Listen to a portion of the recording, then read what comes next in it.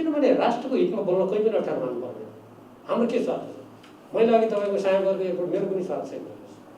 ताज विमानस्थलको अघि मानिसले कुरा गर्नुभयो, त्यो कुन कस्तो देश होला?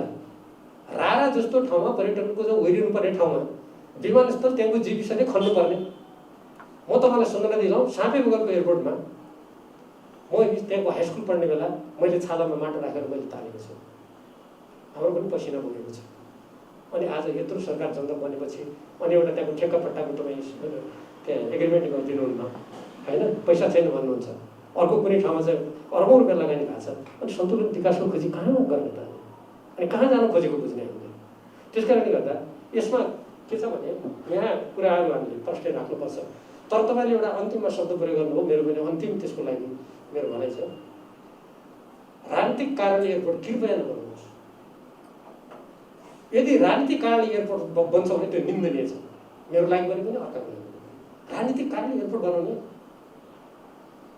कहाँ जान्छ यो देश?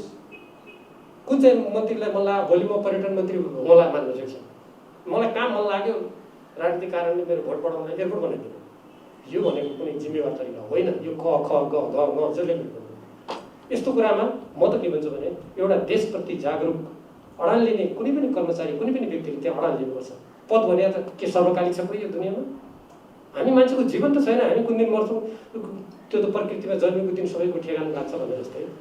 अब राजनीतिक कारणले एयरपोर्ट बनाउने तपाईँहरू जस्तो सिद्ध हस्त यत्रो ज्ञानी बुझिएका मान्छेहरूले ल हजुर राजनीतिक कारणले म पत्र त्यही कारण त बिग्रिन्छ त। अडान लिनुहोस् न, के हुन्छ त? के महानिर्देशक तपाईँ सधैँभरि भन्नुहुन्छ? म आज सांसद छु, किन म कतिपय कुरामा क्रिटिक गर्छु? सधैँ रहन्छु त म देशको लागि सत्य कुरा बोलेर जाने। के हुन्छ? साँचो कुरा त बोल्नु पऱ्यो नि। यो मैले टिप्पणी गरेको कुरा ठान्नु होला, किनभने कतिपय प्रश्नहरू हामी पनि जिम्मेवारी व्यक्ति हो। हेर्नुहोस्, म पनि कुनै दिन त्यो मन्त्रालयमा थिएँ, यद्यपि म लामो समय त होइन, जम्मा एकचोटि 9 महिना अर्कोचोटि 5 महिना होइन। त्यो 9 महिना 5 महिनामा के हुन्छ पर्यटन मन्त्रालयमा तपाईँले बुझ्नुभएकै छ। तर मैले त्यस कारण तपाईँको कतिपय प्रश्नहरू चाहिँ यो अहिले सभापतिजीले मन्त्रीजीलाई किन बोलाउनु भएन? उहाँले दिने जवाब दियो, उहाँले दिनु पर्थ्यो।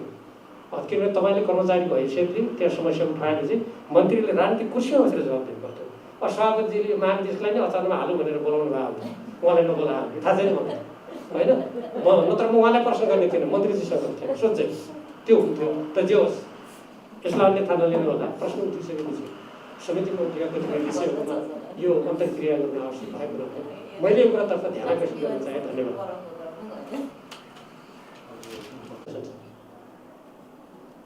कहीँ जाँदैन, उसको राष्ट्रिय हिततर्फ जान्छ, यो चाहिँ बुझ्नु पर्यो। त्यसपछि गएर अब यहाँ एउटा तपाईँले प्रश्न गर्नु, म त बडा यो प्रश्न चाहिँ अलिकति मैले भन्नै पर्ने हो क्या। नेपाल जस्तो गरिब देशलाई एयरपोर्टको हैसियत छैन। अब हामी यस्तै बसिरहनु भने त हेर्नुहोस्, एउटा कचरामा पुग्यौँ। अब हामी सांसद हुनुभयो, तपाईँ महानिर्देशक हुनुभयो, संसारसँग भिक्षमा भइहाल्यो। अनि के हैसियत भने बनाउने हो कि यस्तो हैसियत छ हामीले अब मिल्दैन? म चाहिँ अलिकति गाउँघरमा हुन्छ त्यो गरिबको छोरा, त्यसले बढी खायो भने पनि खान नपाएर आज बेसरी खायो भने, कम खायो भने बिचरा शरीरमा पोषै छैन, भित्र पेटको चाउली आन्द्रा सुकिएको के खान्थ्यो भने। अब त्यही हो त हाम्रो मानसिकता होइन। संसार बदलिन्छ, नेपाल पनि बदलिन्छ। म थाइल्यान्डमा 1982 जाँदा थाइल्यान्डका गाउँहरू नेपालको भन्दा गरिब थिए। नेपाली रुपियाँको $1 बराबरको विनिमय दर 12 रुपियाँ थियो, थाई बाटको 22 रुपियाँ थियो। के भयो? के हो हैसियत? हैसियत भनेको तपाईँ हामीले निर्माण गर्ने हो त्यसको हैसियत। त्यस कारण नेपालको यो हैसियत छैन भनेर यो समितिमा प्रश्न गर्न मिल्दैन। यो हाम्रो लागि अलिकति चित्त दुख्ने विषय हुन्छ। हैसियत भनेको कुन? आजभन्दा केही वर्ष अगाडि नेपालले दक्षिण कोरियामा चामल निर्यात गर्थ्यो। तपाईँहरू बुझ्नुहोस् कुरा। आज त्यो दक्षिण कोरिया कस्तो निर्माण गर्ने हैसियत? हैसियत भनेको कुनै प्राकृतिकले हामीमाथि थोपरेको कुरा हो। हामी राजनीतिक कर्मचारीले निर्माण गरेको दुर्नियत हो। यो बदलिन्छ। त्यसैले यस्तो प्रश्न अलिकति हामीलाई चाहिँ अलिकति यस्तो प्रश्न चाहिँ अलिकति भित्र कता कता बिथोल्छ क्या एउटा। अब अर्को, अब यहाँ यो ऋणको कुराहरू हो, नागी डाँडामा थियो। हेर्नुहोस्, म त के भन्छु भने नागी डाँडाप्रति प्राविधिक रूपमा यहाँहरूले अध्ययन गर्नुभयो होला, मेरो कुनै आपत्ति छैन। तर के छ भन्दाखेरि अहिलेको अन्तर्राष्ट्रिय व्यवस्था निजगढ बनाउनुहोस्, त्यसमा त हामीले अन्तर्राष्ट्रिय समितिबाट निर्णय गरेका छौँ होइन। अरू प्राविधिक रूपमा व्यवस्थापिक रूपमा जुडिसले के गर्यो कसो गर्यो त्यहाँ फेरि काम गर्नुहोस्। त्यसमा हाम्रो सबैको समर्थन नै हुन्छ, हामीले भनिसकेका छौँ। म त्यसमा धेरै टिप्पणी गर्न चाहन्न, किनभने म त्यसको जानकार पनि विज्ञ पनि होइन, जाने नजानेको कुरामा धेरै बोल्नु पनि उचित होइन। तर म एउटा कुरा के भन्छु भने निजगढ अन्तर्राष्ट्रिय व्यवस्थालाई छिटोभन्दा छिटो यदि कानुनले मिल्दैन भने कानुन ल्याउनु कसले रोकेको छ? चाहिएको छ त आज त नेपाल सरकारले अध्यादेश जारी गरेर त्यो एसिड छाप्ने कारण त ल्यायो त को? हामी तपाईँहरू रोक्नु गएको छौँ है, सपोर्टै गरिरहेको छ। देशको हितको लागि ल्याउनु, हामी सपोर्ट गर्न तयार छौँ नि, कसले रोक्यो त? एउटा गीत छ रमाइलोको लागि छ, डाडु पुण्य तेरा हात नखा भन्नेको छ। यो गीत मार्मिक छ। तर यहाँको अन्तर्राष्ट्रिय जुन विमानस्थल छ, यो अन्तर्राष्ट्रिय विमानस्थलका सम्भावना सबै एक्सप्लोर भएको छ त। ल मानिसले घरमा गएर एक्लै सोच्नुहोस्, पूर्वपट्टिको त्यो घरहरू मतलब थाहा छैन, त्यहाँ क्लियर छैन, अगाडि एयरपोर्टको अगाडि गल्फ राखेको छ, एयरपोर्टमा चाहिँ एयरपोर्ट पार्किङ गर्ने ठाउँ छैन, कसको इन्ट्रेस्टमा गल्फ चलाइएको छ, अरू गल्फ गर्ने ठाउँ छैन।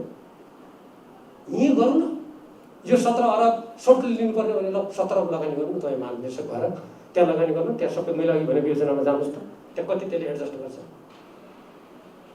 अब भएको अगाडिको सदुपयोग नगर्ने, भौतारिएर कहाँ जाने, अनि विवादमा पर्ने, अनि दोष चाहिँ एउटाले अर्कालाई दियो, अनि 3 पाउनु जस्तो भयो, त्यो हो। तर एउटा कुरा त्यो भनेको म ध्यान आकर्षण गर्दै गर्न चाहेँ।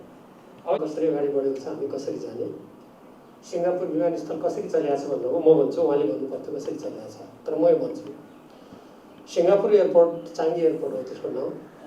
त्यो चाहिँ चाङ्गी एयरपोर्ट ग्रुपबाट सञ्चालित छ। चाङ्गी एयरपोर्ट ग्रुपमा को छ भन्दाखेरि त्यहाँको घरेलु विमानस्थल जस्तै सिङ्गापुर एयरलाइन्सको cargo, Silk Air, Scoot, Jet Star, Asia Airways and BOC aviation, यति मिलेर चाङ्गी एयरपोर्ट ग्रुप बनेको छ। र म यही कुरामा भन्न चाहन्छु, जुन सिङ्गापुर एयरलाइन्स पहिले बन्यो त्यो पूर्ण रूपमा सरकारले सहयोग गरेको थियो आरम्भमा। पछि यो चाहिँ संसारमा लिबरलाइजेसन र प्राइभेटाइजेसनको स्थिति बनेपछि त्यो भयो। त्यसैले सिङ्गापुरलाई यदि आदर्श मान्यो भने सिङ्गापुर कसरी चलिरहेको छ उहाँले भन्नुभयो, यसरी चलिरहेको छ। यसरी चलाउनलाई हामीले कसले रोकेको छ त्यो एयरपोर्टलाई? अब मलाई त पर्यटन मन्त्री भाषेस नै मलाई भन्नु होला, म 51 सालमा 9 महिना भएँ, म त ड्रास्टिक परिवर्तन गर्ने भएको थिएँ। मेरो योजना सुन्नुहोस्, अहिलेको गल्फ कोर्सलाई मैले विमानस्थलभित्र हाल्दै थिएँ, यदि 9 महिनामा नहटाइएको भए र पूर्वपट्टि महानिर्देशकले त्यो भन्नु भएन, नागी डाँडा आएको कुरा त गर्नुभयो, तर हाम्रै गौचरण डाँडाको पूर्वपट्टिको हामीले अधिग्रहण गरिसकेको जग्गाका घरहरू तपाईँहरूले अहिलेसम्म हटाएको छैन। यदि मेरो नलेज मतलब मेरो जानकारी अभाव छ भने तपाईँले अहिले खण्डन गर्नुभयो हुन्छ, किन नहटाएको? 10 अरब 17 अरब चाहिँ जापानसँग चाहिँ सफ्ट लिने कुरा गर्ने, अहिले गल्फ कोर्सलाई भित्र हालेर हाम्रा चाहिँ तपाईँले जति पनि अहिले बनाउने भन्नुभएको छ, अहिलेको डोमेस्टिकलाई अहिलेको इन्टरनेसनल डोमेस्टिक बनाएर अनि अहिलेको डोमेस्टिक भएतर्फ इन्टरनेसनल गल्फ कोर्सलाई भित्र हालेर त्यो गल्फ कसको फाइदाको लागि चलाएको त? त्यसले भयङ्कर पर्यटन विकास भएर निकाल्नु नि हिसाब। त्यो गल्फ कोर्स हुँदा कति फ्लाइट, म यो अब यो यति गहिरो कुरा के गर्नु यहाँ होइन, त्यो समय पनि छैन। त्यसैले म अरू एयरपोर्ट संसार कसरी अर्थको भन्ने छ अर्को प्रश्न गर्नुको, संसार भनेको कुन संसार? सिङ्गापुर संसार कि, चिनको साङ्घाई संसार कि, रुसको मस्को संसार कि, स्विजरल्यान्डको जुरिच कुन चाहिँ संसार? संसारबाट त सिक्ने हो मानिसहरूले, नेपालको संसार अनुसार चल्नुपर्छ।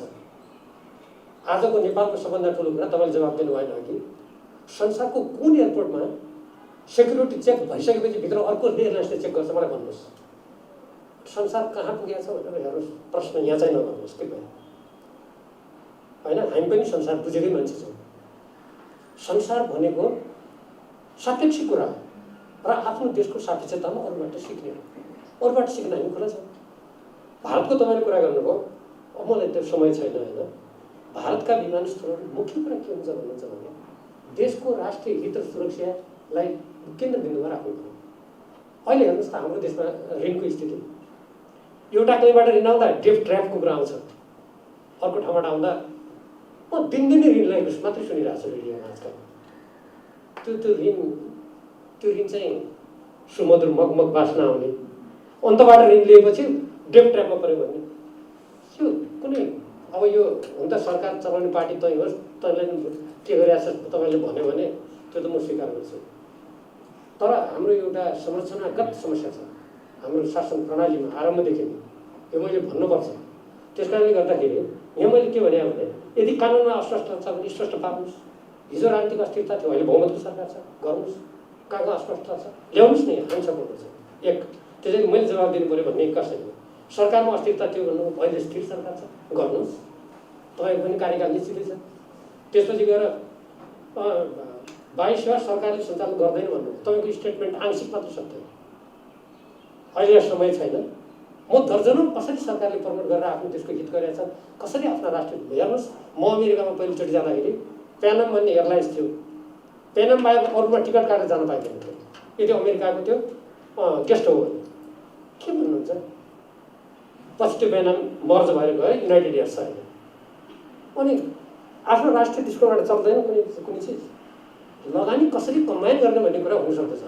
त्यसरी स्टेटमेन्ट जेनरलाइज गर्न मिल्छ जस्तो मलाई लाग्दैन।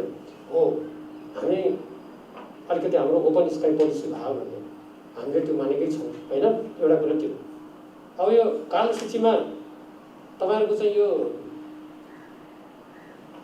कानुनको अभावले मात्र कालो सूचीमा परे होइन, यसका अरू धेरै इन्डिकेटरहरू छन्। त्यो पनि एउटा कारण हो। अब त्यो त जान चाहन्न होइन। अब नीतिगत रूपमा कहाँ जाने भन्नुभयो होइन। अब सभापति जस्तो भन्नु पर्थ्यो, मै भन्छु कहाँ जाने भनेर। नीतिगत रूपमा त्यहाँ जाने जहाँ राष्ट्रको सर्वोपरि हित छ, त्यसको वरिपरि घुमाउनुहोस् न, जे चक्र घुमाउनुहुन्छ। जस्तो हाम्रो प्राधिकरणको स्वयं महानिर्देशक हुनुहुन्छ, प्राधिकरणलाई कसरी बेस्ट बनाउने भन्ने पहिले सोच्नुहोस्, त्यहाँ जाने भनेर। अनि यहाँ त्यहाँ ठाउँलाई जे गर्नुहुन्छ त्यो गर्नुहोस् न। एउटा प्रतियोगिता भयो, त्यसको पनि त्यस्तै। अब म तपाईँलाई दोष दिन्छु त्यसको लागि, सबभन्दा पहिलो दोष म आफूले दिन्छु। म त्यति गरेर चाहिँ बुझ्नु आफूलाई दिन्छु। जुन देशले गन्तव्य निर्धारण गर्दैन आफ्नो राष्ट्रिय स्वरूपको हितको लागि, त्यहाँका ठुल्ठुला पदमा बस्ने कर्मचारीहरूले यस्तै प्रश्न गर्छ। त्यो मैले बुझेको छु। त्यसपछि गएर अब सेवा कम्पिटेटिभ किन भने यता म जान चाहन्न होइन। अब ग्राउन्ड यो सेफ्टीको तपाईँले कुरा गर्नु मलाई आश्चर्य लाग्छ। एउटा सिम्पल लजिक दिन्छु म, एउटा लेम्यानले दिने लजिक। हामी चाहिँ वाइड बडी जहाज एयरबसको फ्रान्सबाट किन्ने, त्यही उसले बेचेको जहाज ल हामी कहाँ नआओस् उसको जहाज, बुझ्यौँ हाम्रो सेफ्टी भएन। उसकोमा किन अवतरण गर्नु पर्ने यहाँ त? कि त्यो जहाज यहाँ नेपाल आइसकेपछि त्यसले रङ्ग बदलेर त्यो कालो बिरालोमा परिणत भएको छ? यसका पछाडि अरू पनि कारणहरू छन्। भन्नु खोजेँ भने त्यो यो सिम्पल टेक्निकल कुरा मात्र छैन। उसको जहाज त जानिदिनु पर्ने नि त, ठिक छ नि त। उसका जहाज हाम्रो एयरपोर्टमा उड्न सक्दैन, आउन सक्दैन, खतरा हो, के भयो दस्तरी भयो। अरू उडेकै छन् त, भारत चीन र थाइल्यान्डका जहाज त। त्यो युलाई मात्रै के भयो? यसलाई सिम्पली टेक्निकली मात्रै नहेर्नु, यति मात्रै बुझ्नु छ। अब अर्को क्रमशः सुरक्षाका अरू विविध उपायहरू अपनाउँदै यसलाई नियमित बनाउनु अत्यावश्यक छ। किनभने कोरोना विषाणुको सङ्क्रमण कहिलेसम्म, कति मात्रामा, कुन दायरामा जान्छ भन्ने कुरा यो कसैले भविष्यवाणी गर्न सक्ने विषय होइन। यद्यपि अहिले हालसालै अब खोपको कुराहरू पनि आएको छ। त्यो खोपको कुरा साँच्चीकै व्यवहारमा कार्यान्वयन भयो भने त्यसबाट यसको नियन्त्रणमा महत्त्वपूर्ण स्थिति बन्ला, त्यो बेलाको कुरा बेग्लै कुरा हो। तर त्यो खोप पनि अब कहाँ, कति, कहिले र नेपाल जस्तो देशमा कसरी आउँछ भन्ने कुरा आफ्नो ठाउँमा छ। यद्यपि केही कम्पनीले यहाँ खोप ल्याउने भन्ने पनि हाम्रो सुनिन्छ, त्यो बेग्लै प्रसङ्ग भयो। त्यसकारण यो वायु सेवालाई अब मेरो विचारमा सुरक्षाका उपाय अपनाएर जुन नेपाल सरकारले अहिले सञ्चालनको लागि अनुमति दिएको छ, अब यसलाई कसरी नियमित बनाउने र कसरी अगाडि बढाउनु भन्ने तर्फ नै जानुपर्छ जस्तो मलाई लाग्छ। एउटा त्यो सुझाव दिन चाहन्छु। अब यसको लागि विमानस्थलको प्रतीक्षालय, त्यसपछि गएर प्रस्थान कक्ष र अरू त्यहाँ मानिसहरूले, यात्रुले प्रयोग गर्ने विविध सामग्री आदि ठाउँमा पनि त्यहाँ निश्चित किसिमको निर्देशिका सम्भवतः बनाएकै होला प्राधिकरणले वा नेपाल सरकारको सम्बन्धित निकायले। त्यसको लागि सबै ठाउँको लागि निर्देशिका र स्पष्ट नीति बनाएर तदनुरूप यात्रीहरूको ओसार पसार आवागमनलाई नियमित गर्ने र जहाँ वायु सेवालाई पनि नियमित गर्ने, यही दिशातर्फ जानु यो राष्ट्रको हितमा होला जस्तो मलाई लाग्छ। यसलाई अनिश्चित बनाउने, मन लागे खोल्ने, मन लागे बन्द गर्ने अबका दिनहरूमा हामीले त्यस्तो गऱ्यौँ भने यो केवल वायु सेवा सञ्चालकहरूको लागि घाटाको विषय मात्र नभएर यो राष्ट्रलाई नै र समग्रतामा हाम्रो अर्थतन्त्रमा नै धेरै ठुलो अप्ठ्यारो पर्न सक्दछ। हामीले अरू देशमा हेऱ्यौँ भने कतिले त कहिले बन्द गर्ने आफ्नो आन्तरिक उडानमा अन्तर्राष्ट्रिय उडानहरूमा अनियमितता आयो भने अब कतिले त्यसलाई विभिन्न किसिमले चलाएका छन्। अहिले धेरै ठाउँमा त चल्न थालिँदै सकेको छ। यो कुरा म यति नै भन्न चाहन्छु।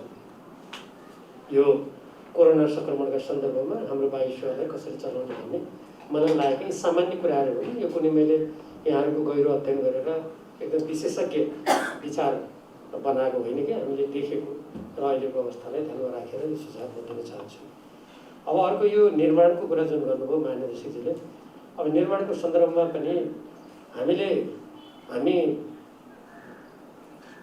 समतामूलक समाजको कल्पना गरेका छौँ हामीले नेपालको संविधानमा र विकास गर्दाखेरि पनि पिछडिएका ठाउँ क्षेत्र सबैलाई ध्यानमा राखेर हामीले अगाडि बढाउने कुरा गरेका छौँ। अब मैले यो पोखरा भैरवा निजगढ किन बनायो भने यसको विरोध गरे होइन, त्यो अर्थमा नबुझियोस्। तर यो कुनै ठाउँमा बजेटलाई खन्याउनेसम्म खन्याउने र अरू देशका पिछडिएका ठाउँहरूमा अनेक बाहना बनाएर त्यहाँ बजेट नपठाउने यस्तो कामहरू हामीले गर्नु हुँदैन, कुनै पनि क्षेत्रमा गर्नु हुँदैन। किनभने नेपालको संविधानको समाजवाद उन्मुख व्यवस्था, समतामूलक समाजको निर्माण र समन्वयिक प्रणाली र यो विकास पनि तदनुकूलले अगाडि बढाउने भन्ने जुन हाम्रो मार्गनिर्देशन छ, विगतका अन्तर्विरोधहरू, विगतका राज्य व्यवस्थाहरू किन पल्टियो, किन ती सरकारहरू अपदस्थ भयो भन्नेतर्फ हामीले फर्केर हेर्नुपर्छ। कहिलेकाहीँ हाम्रो आफ्नो हातमा भएको बेलामा जे गरे पनि उस्तै त हो नि भन्ने अर्थ लाग्छ। म सानो उदाहरण दिन चाहन्छु। हुन त मैले महानिर्देशकजीलाई फोनबाट भन्नु पनि हुन्थ्यो, तर मेरो आफ्नो जानकारीमा आएको हुनाले यो मौका भनिहाल्नु। अछाम जिल्लाको साँढेबुघरको विमानस्थल उदाहरणको लागि हो भने यसको उदाहरण एउटा त्यो पक्की भयो, धेरै अगाडि बन्यो र त्यसपछि त्यसको तारबार, त्यसको चाहिँ टावर र टर्मिनल भवन जो त्यति बेला द्वन्द्वमा भत्किएको थियो त्यसको निर्माणको लागि ठेक्का भयो। तर अहिले म के सुन्दैछु भने त्यहाँको लागि पैसा छैन, अर्थ मन्त्रालयले दिँदैन। अनि कुनै पनि ठाउँमा मल्टिबिलियन प्रोजेक्टहरू दिनु मिल्ने, चलाउन मिल्ने, ती ठेक्काहरू अगाडि बढ्न मिल्ने, त्यहाँको लागि नमिल्ने, पैसा नहुने कि त कहीँको लागि हुनु भएन। हामी पनि बुझ्छौँ त्यो कुरा। अब यहाँहरूलाई मेरो आफ्नो निर्वाचन क्षेत्र भएको हुनाले भन्ने लाग्ला, मैले यो उदाहरण दिएको। अरू पनि त्यस्ता उदाहरणहरू छन् विमानस्थलको सम्बन्धमा, विस्तारका कुराहरूमा। अब यो जो मान्छे चाहिँ पदमा आयो त्यसले भनेपछि हुने, नत्र नहुने हो भने त अब हामी कहीँ पनि पुग्दैनौँ। हाम्रो प्रणालीले परिकल्पना गरेको कुरा कहीँ पनि पुग्दैन। यस्तो हुनु भएन र त्यहाँ किन बन्द गर्ने र त अनि पैसा चाहिँ कि त सबै ठाउँमा त्यो त जानकारी छ नि मलाई, कहाँ कहाँ कति अरब कति करोड कसरी प्रभावित हुन्छ भन्ने कुरा। विदेशी सहयोगको नाममा आए पनि नेपालकै नाममा आएको ऋण हाम्रै टाउकोमा हो, अनुदानको लागि आयो भने पनि नेपाली जनताकै नाममा आएको हो। सबै हकदार छौँ नि हामी त्यसको। देशको राजस्व भयो भने सबै जनताको। त्यस कारणले गर्दा यस्तो दृष्टिकोणहरू हुनु भएन। एउटा मैले यो एयरपोर्ट विस्तारको सन्दर्भमा मैले कुरा राख्न चाहेको, त्यो मैले उदाहरण मात्रै दिएको, यो अरू ठाउँको पनि हुन सक्दछ। यो मैले प्रत्यक्ष रूपमा आफूले बुझेको हुनाले यहाँ भनिहालेको। यस अर्को कुरा यो ग्राउन्ड ह्यान्डलिङको कुरा मेरो यो अन्तिम विषय पनि हो। ग्राउन्ड ह्यान्डलिङ मलाई एउटा कुराको सम्झना छ। 2048 साल पछि हाम्रो देशमा निरपेक्ष उदारीकरण र निजीकरणको एउटा हुरी बतास चल्यो। त्यो हुरी बतासले म अहिले त्यतातिर प्रवेश गर्न चाहन्न, त्यो तितो र अप्रिय पनि लाग्न सक्दछ। कयौँ उद्योगहरू उडायो, कयौँ चाहिँ अब कागज कारखाना जस्तो जो अर्काले बनाइदिएको हाम्रो देशको बाबी, हाम्रो देशको छालीमा आधारित त्यो समेत उडाइयो। अहिले सुन्दैछु त्यहाँ चाहिँ अब घर जग्गा बिक्रीको एउटा चाहिँ माहौल चलिरहेको छ भन्ने म सुन्दैछु। यो बडा दुःखको कुरा हो। यो स्थिति बन्यो र म त्यसपछि 51 सालमा मध्यावधि चुनावपछि लगत्तै त्यो मन्त्रालयमा म पुगेको थिएँ र त्यति बेला मेरो जिम्मामा आइपरेको थियो त्यो। र मैले त्यो फाइल अध्ययन गर्दाखेरि त्यो बेला निजी कम्पनीलाई सम्पूर्ण यो भूमिस्थ सेवा दिने चाँजो मिलाइएको थियो। मैले रद्द गरे आउँथेँ। दुईवटा कारण थियो रद्द गर्नुको। एउटा कारण के थियो भने नेपाल वायु सेवा निगम पर्याप्त मात्रामा जो सन् 1958मा स्थापित थाई एयरवेज र त्यो एकै दिन सुरु भएका हुन्, त्यो स्थितिको त्यो जुन निगमको अवस्था सुदृढ थिएन। अनेक प्रकारका भ्रष्टाचार, अनेक प्रकारका अनियमितताका पक्ष आफ्नो होला, तर राज्यको दायित्व, राज्यको ध्वजावाहक एउटा संस्था यदि त्यो ग्राउन्ड ह्यान्डलिङ झिक्दिने हो भने त्यसको मुख्य आम्दानीको स्रोत थियो त्यति बेला मैले बुझेसम्म। त्यसलाई झिक्दिने हो भने त्यो यसै पनि थला परिरहेको, अझ झन् थला पर्ने अवस्था थियो। मैले त्यो रद्द गरिदिएको, पूर्ण रूपमा रद्द गरिदिएको। र मभन्दा अगाडि ठ्याक्क रामहरि जोशी मन्त्री हुनुहुन्थ्यो म जानुभन्दा अगाडि। अब त्यसपछिका दिनहरूमा यो विभिन्न एयरलाइन्सलाई किन छुट्टा छुट्टै चलाउन दिइयो? कसैका मिनी बस, कसैका लामा बस, कसैका छोटा बस, कसैका सिट च्यातिएका बस। अब यो गाईजात्रा यो त्रिभुवन अन्तर्राष्ट्रिय विमानस्थलमा किन भयो मैले बुझेको छैन। हुन त त्यसपछि म दुईचोटि छोटो समयको लागि फेरि त्यो मन्त्रालयमा अर्कोचोटि एकचोटि म पुगेको थिएँ। गिरिजाप्रसाद कोइराला प्रधानमन्त्री हुनुहुन्थ्यो, तर त्यो बेलामा 5 महिनाको लागि चुनाव गर्न गएको थियो। मैले त्यो कुनै हेर्ने अवस्था थिएन। अब हामीले संसारका विमानस्थल त यहाँ नदेखे हामी कोही पनि छैनौँ, मलाई त्यस्तो लाग्छ। अब त्यो विमानस्थलमा संसारका विभिन्न विमानस्थलमा तपाईँ जापानमा हेर्नुहोस्, भारतमा हेर्नु, भारतमा 8 वा 9 वटा कम्पनीहरू छन्। जापानको विमानस्थलमा हेर्नुहोस्, उदाहरणको लागि एसियाको कुरा गर्ने हो भने, हाम्रो छिमेकीको कुरा गर्ने हो भने, अब यहाँ एउटा त्यहाँ यो अन्तर्राष्ट्रिय हाम्रो यो स्ट्यान्डर्ड ग्राउन्ड ह्यान्डलिङ एग्रिमेन्ट होइन, छोटकरीमा एसजिएच भन्छ। अब प्राधिकरणका हाम्रा महानिर्देशक अरूको अगाडि त मैले के बयान गर्नु र, खालि मैले प्रसङ्गमा सुनाएको। र त्यसमा इन्टरनेसनल एयर ट्रान्सपोर्ट एसोसिएसन जो IATA अन्तर्गत एयरपोर्ट ह्यान्डलिङ मेन्युअल भन्ने प्रकाशित भएको हुन्छ, त्यस अन्तर्गत एउटा स्ट्यान्डर्डबाट चलाउनुपर्छ। यो स्ट्यान्डर्डको फ्रेमवर्कभित्र हाम्रो अहिलेको यहाँको ग्राउन्ड ह्यान्डलिङ हेर्ने हो भने, अनि वायु सेवा निगमले चाहिँ चलाउन नसकेर त्यसबाट अब त्यसलाई त्यो जे भए पनि हुन्छ। अरूको गजब छ भन्ने छ त? यो मेनुअलको हेरि गरौँ त अध्ययन छैन, त्यो चलाइरहेको छ जसो तसो। त्यसकारण यसमा मेरो भनाइ के छ भने, जस्तो हिमालय एयरलाइन्स जस्तो महानिर्देशकले भन्नुभयो जस्तै त्यसलाई यति उडान गऱ्यो उसले, अरूले चाहिँ किन नपाउने, सिम्पली त्यसमा उहाँले दिएको तर्कलाई म खण्डन गर्न चाहदिनँ। त्यो प्रश्न होइन नि, राज्यको दायित्व चाहिँ छैन। हामी भन्छौँ हाम्रो 3 खम्बे नीति भनेको छ अर्थतन्त्रमा, सार्वजनिक, निजी र सहकारी। र सार्वजनिक क्षेत्रलाई पनि हामी त्यत्तिकै बलियो बनाउनुपर्छ भन्ने हाम्रो नेपालको संविधानको समाजवाद अर्थतन्त्रको सिद्धान्त त्यही नै हो। अब एउटा नेपाल वायु सेवा निगम जम्मा बचिया छ। अब मैले मन्त्री हुँदाखेरिको मेरो एउटा अनुभव छ, त्यति बेला यो के नेपाल वायु सेवा निगम, त्यतिबेला साई नेपाल वायु सेवा निगम थियो, त्यो मात्रै एउटा संस्था थियो जसले घाटाको क्षेत्रमा जहाज उडाउँथ्यो। अहिले पनि सम्भवतः त्यही छ। घाटा जति निगमको टाउकोमा, फाइदा जति निजीमा। अनि सरकारको राज्यको दायित्व के हुन्छ? त्यसकारण मैले त्यो दृष्टिकोणबाट हेरेको। उहाँले जुन कानुनको एउटाले 35 यति कति उडान अड्यो दिनु मिल्छ भने त्यो होला, तर निगमलाई बचाउने दायित्व कसको हो त? कि बन्द गर्ने? यदि सरकारको नीति हो भने बन्द गर्ने, हामी सबै निजीकरण गर्ने। पहिले पनि निरपेक्ष निजीकरण उदारीकरणको आएको, तर त्यसले कहीँ पुगेन देश। आज परिणामले देखाइरहेका छैन। हाम्रा कृषि औजारदेखि लिएर हाम्रा कागज कारखाना बन्द हुँदा आज के भयो स्थिति?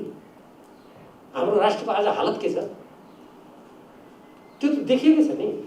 त्यसकारण यो खालि एउटा जहाजको नियमित पुग्यो, एउटा सतही रूपमा भन्यो अनि यो भइहाल्छ भन्ने होइन। म त के भन्छु भन्दाखेरि, नेपाल वायु सेवा निगममा यदि कमजोरी छ भने त्यसको व्यवस्थापन, त्यहाँभित्र त्यसको शाखा एउटा कम्पनी जस्तो अरू विमानस्थलमा त्यो छ। अहिले म त्यता विस्तृत जान चाहन्छु।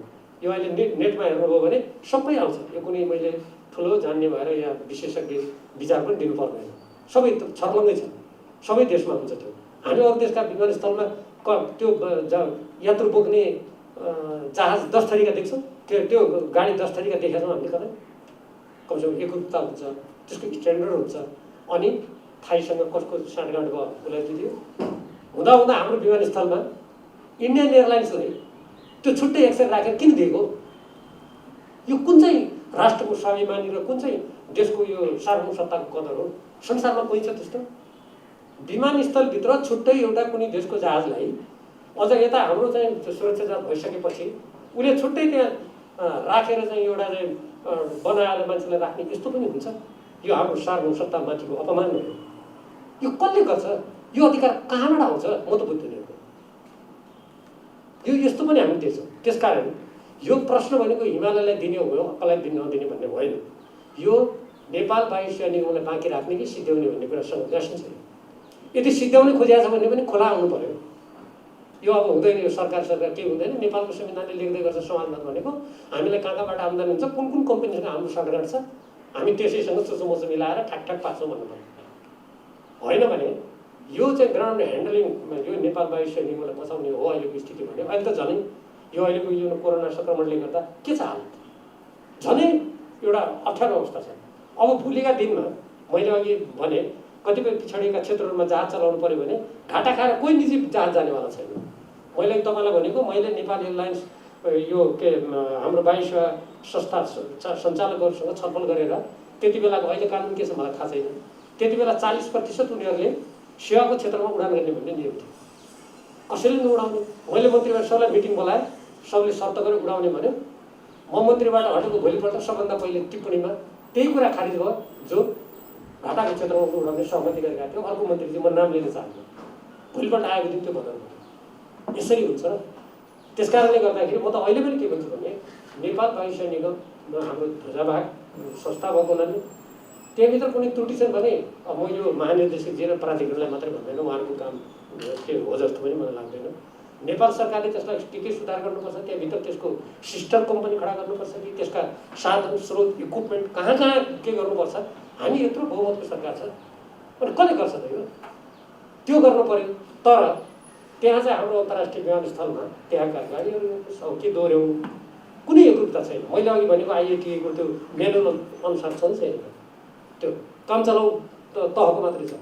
त्यसैले गर्दाखेरि यो कामहरू चाहिँ नगरौँ होइन, र यसलाई साधारण तर्क दिएर एउटा स्वीकृति कानुन बनाएर बाहिर देखाएर यो के हुन्छ र भन्ने होइन।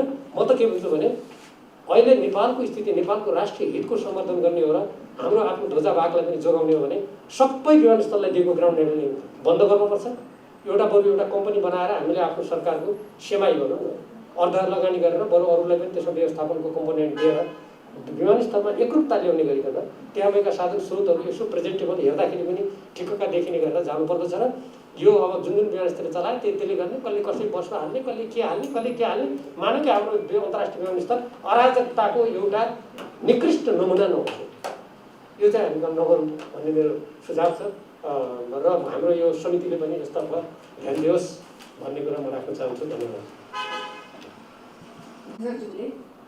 जुन क्वेसन यो एउटा गरिमामय समितिमा उठाउनु हो त्यसले अलिकति कता कता दुख्यो मलाई पनि क्या, किनभने अन्तर्राष्ट्रिय क्षेत्रलाई हेरौँ, अरू देशलाई हेरौँ, विदेशलाई हेरौँ भन्ने सन्दर्भमा होला नि, विदेश त विभिन्न किसिमले चाहिँ विकास भएका होलान्, त्यहाँ बेग्लै किसिमको स्थिति होला।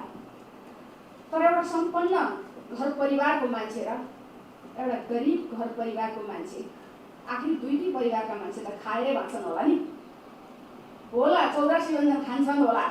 त्यो ठुलो परिवारको मान्छेले, सानो परिवारको मान्छेले बाँच्नको लागि त खान्छ नि। यसले गर्दा हाम्रो देशको माटो सुहाउँदो, यहाँको अवस्था सुहाउँदो किसिमको चाहिँ हामीले चाहिँ एयरपोर्ट सञ्चालन गर्न किन हामी सक्दैनौँ? आवश्यक छैन तपाईँहरू एउटा चाहिँ जिम्मेवार ठाउँमा यस विषयको विज्ञता पनि हो तपाईँ, विज्ञ भएको कारणले गर्दाखेरि चाहिँ यो ठाउँमा आवश्यक छैन भनेर चाहिँ भन्न सक्नुपर्छ नि त। किनभने होला कतिपय कुरा आयो होला, अघि कुरो उठो राजनीतिक ढङ्गले कुनै पनि काम, यो एयरपोर्ट बन्ने मात्रै होइन, कुनै पनि काम राजनीतिक ढङ्गले चाहिँ हुँदैन भन्छु म। राजनीतिले दबाब दिएर प्रभाव दिएर चाहिँ त्यो काम गरिनु हुँदैन भन्ने खालको कुरा चाहिँ म राख्न चाहन्छु। र यो आवश्यकताले जरुरीले कतिको जरुरी छ त्यहाँ, कतिको आवश्यकता हो त्यहाँ, यो कुरालाई चाहिँ मध्यनजर गरिकन सम्भावित अध्ययन गरिकन हामीले चाहिँ काम गर्नुपर्ने हुन्छ भन्ने मलाई लाग्छ। र विज्ञ हुनुहुन्छ यहाँ, जिम्मेवार ठाउँमा हुनुहुन्छ यहाँ, र वायु सेवा निगमका सन्दर्भमा यसलाई कसरी व्यवस्थित गर्ने, नेपाल वायु सेवा निगमलाई व्यवस्थापन गर्ने सन्दर्भमा के गर्दा चाहिँ गर्न सकिन्छ त, यो त पक्कै यहाँलाई थाहा छ नि र यहाँको टिमलाई थाहा छ नि। यो थाहा भएको कुरालाई सरकारले यही पो काम गर्यो भने चाहिँ यो हुन सक्छ भन्ने खालको कुरो ल्याउनु पर्यो नि त। होला कानुन चाहिँ अपर्याप्त होला, त्यसलाई पर्याप्त बनाउन के गर्नुपर्ने हो, यो कुराहरू चाहिँ हामीले ल्याउन सक्नुहुन्छ। होला कतिपय कानुनमा तलमाथि केही त्रुटिहरू होला, त्यसलाई सच्याउनु पर्ने, संशोधन गर्नुपर्ने छ, त्यसलाई संशोधन गरेर अगाडि लैजाँदाखेरि त्यसलाई गर्न सकिन्छ होला, त्यसरी हामीले अगाडि लैजान सक्छौँ। तर एउटा राष्ट्रभक्त छोरो भएर हेरिदिनुहोस् कि राष्ट्र बचाउनका लागि र एउटा चाहिँ नेपाल एयरलाइन्सको ध्वजावाहक दियोस्, एयरलाइन्सलाई जोगाउनका लागि त्यस ढङ्गले चाहिँ सोचिदिनुहोस्। हुन त मैले भनेको कुरा एउटा चाहिँ एउटा भावुकतामा बोलेको भन्ने ठान्नु होला, भावना भएको छैन, भावना भएको छैन। नेपालको माटो सुहाउँदो, नेपालको परिवेश सुहाउँदो गर्न सक्ने किसिमको कामहरू के गर्न हामी सक्छौँ, हामीले गर्न सक्ने कामहरू यहाँले अगाडि देखाउनु पर्यो। यो विषयको विज्ञ भएको कारणले गर्दाखेरि र यसरी हामी चाहिँ अगाडि बढौँ र यसलाई अगाडि बढौँ भन्ने खालको कुरा चाहिँ म राख्न चाहन्छु। एउटा राष्ट्र हितलाई नै वास्तवमा सर्वोपरि ठान्नु पाइन्छ। राष्ट्र नै रहेन भनेदेखि हामी के भन्छौँ? त्यसले गर्दा राष्ट्रकै ढिकुरी सबै सुहाएको र सबै सकिन्छ भनेर नेपाली गर्दा कस्तो भन्न सक्छौँ हामीले। यस कारणले गर्दाखेरि यस क्षेत्रमा देखिएका विभिन्न विकृतिहरू, विभिन्न किसिमका समस्याहरू, अप्ठ्याराहरू, कठिनाइहरू के छन् यस विषयमा हामी छलफल गरौँ, गम्भीरतापूर्वक छलफल गरौँ, यसको निकास निकालौँ र निकास निकाल्न चाहिँ अगाडि जाउँ भन्ने कुरा चाहिँ राख्न चाहन्छु। हुनसक्छ कतिपय आवश्यक नभएका ठाउँहरूमा विमानस्थलको आवश्यकता छैन भन्ने खालको कुरो तपाईँहरूले खुलेर बुझ्न सक्नुहोस् त। यो त माथिबाट आएको कुरा भनेर गर्नै नसक्ने ठाउँमा चाहिँ माथिबाट आएको हो, अब के गर्नु पो, यसो त गर्नै पर्ने बाध्यता भयो भन्ने खालको कुरो बाध्यतामा नपरिदिनुहोस्, अनुरोध छ। र यस ढङ्गले चाहिँ हामीले यस क्षेत्रको विकास गरेर चाहिँ अगाडि जाउँ भन्ने खालको कुरा राख्न चाहन्छु। र यस विषयमा हामीलाई धेरै गम्भीर छलफलहरू अझै पनि बाँकी छन्। यसमा हामीले सुधार दिनुपर्ने, निर्देशन दिनुपर्ने आवश्यकता पनि हुन्छ र मन्त्रीज्यूले पनि बोल्नु पर्दाखेरि त्यो ध्यान राख्नुपर्ने आवश्यकता पनि छ। र आज समय दिनुभयो, आइदिनु भयो र यस विषयमा भएका प्रगतिहरू र यो कोभिडको यस्तो महामारीको बेलामा पनि अत्यन्तै अप्ठ्यारो बेलामा पनि जसरी खटेर यस क्षेत्रमा चाहिँ एउटा काम राम्रो गरिदिनुभयो। विकास निर्माणको कामहरू चाहिँ उत्तरतिर अगाडि बढेका छन्। सानो देश भए पनि धेरै राम्रा कामहरू गर्न हामी सकेका छौँ र नराम्रा कामहरू पनि थुप्रै छन्। यी नराम्रोबाट चाहिँ राम्रोमा आउने सन्दर्भमा चाहिँ हामी सबै एकजुट गरेर चाहिँ लाग्नु भन्ने खालको कुरा महसुस राख्दै यहाँले अहिलेसम्मका सम्पूर्ण विवरणहरू प्राप्त गरिसकेका छौँ। आवश्यक विवरणहरू फेरि हामी माग गर्नेछौँ। यिनी कुराहरू समस्या राख्दै यहाँलाई बिदा दिन चाहिँ अनुरोध गरी बिदा दिएर हामी एकछिन बसेर सबै गर्दैछौँ। घरका सबैलाई बाहिर निकालेपछि हाम्रो पत्रकार महोदयहरूलाई पनि खै हामीले चाहिँ गरेका निर्णयहरू अथवा निर्णय पुग्न आज सक्छौँ सक्दैनौँ, निर्णयमा पुग्न नसके पनि फेरि बैठकहरू बस्न सक्छौँ। त्यसको